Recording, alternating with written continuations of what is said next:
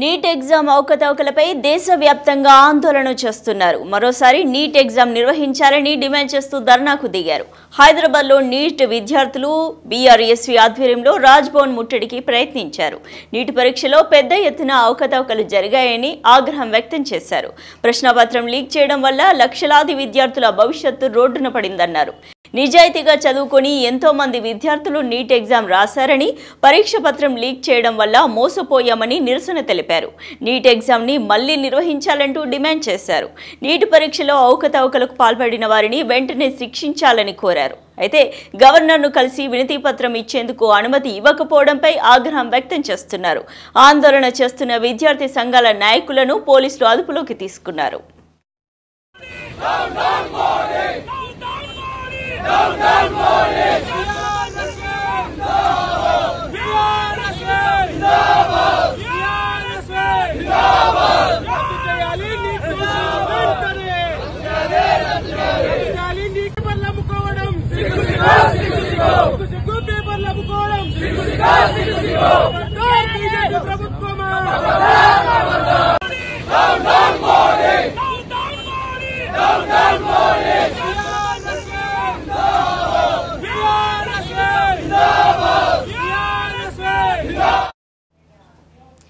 బీఆర్ఎస్వీతో పాటు SFI, AISF విద్యార్థి సంఘాలు సైతం నీటి పరీక్ష తీరుపై నిరసన కార్యక్రమాలు చేపట్టాయి.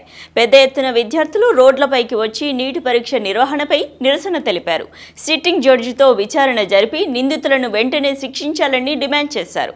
ఇప్పటికే మంత్రి ధర్మేంద్ర ప్రధాన్ నీటి పరీక్షలో అవకతవకలు జరిగినట్టు ఒప్పుకున్నప్పటికీ పరీక్ష రద్దు చేయకపోవడంపై విద్యార్థి సంఘాలు ఆగ్రహం వ్యక్తం చేస్తున్నాయి.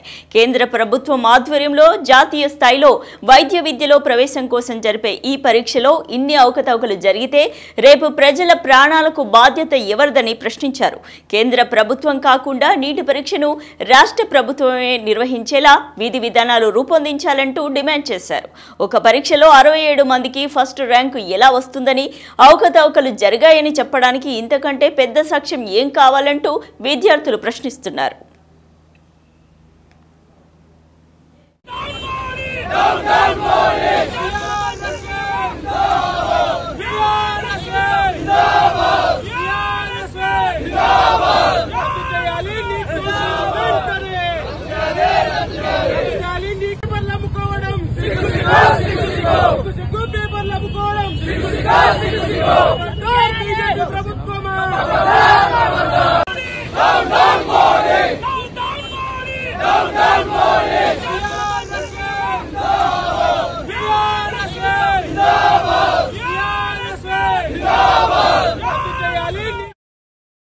అటు ఢిల్లీలోనూ ఆమ్ ఆద్మీ పార్టీ నేతలు సైతం ఆందోళన చేపట్టారు. వెంటనే నీట్ను రద్దు చేసి మళ్లీ పరీక్ష నిర్వహించాలని డిమాండ్ చేశారు.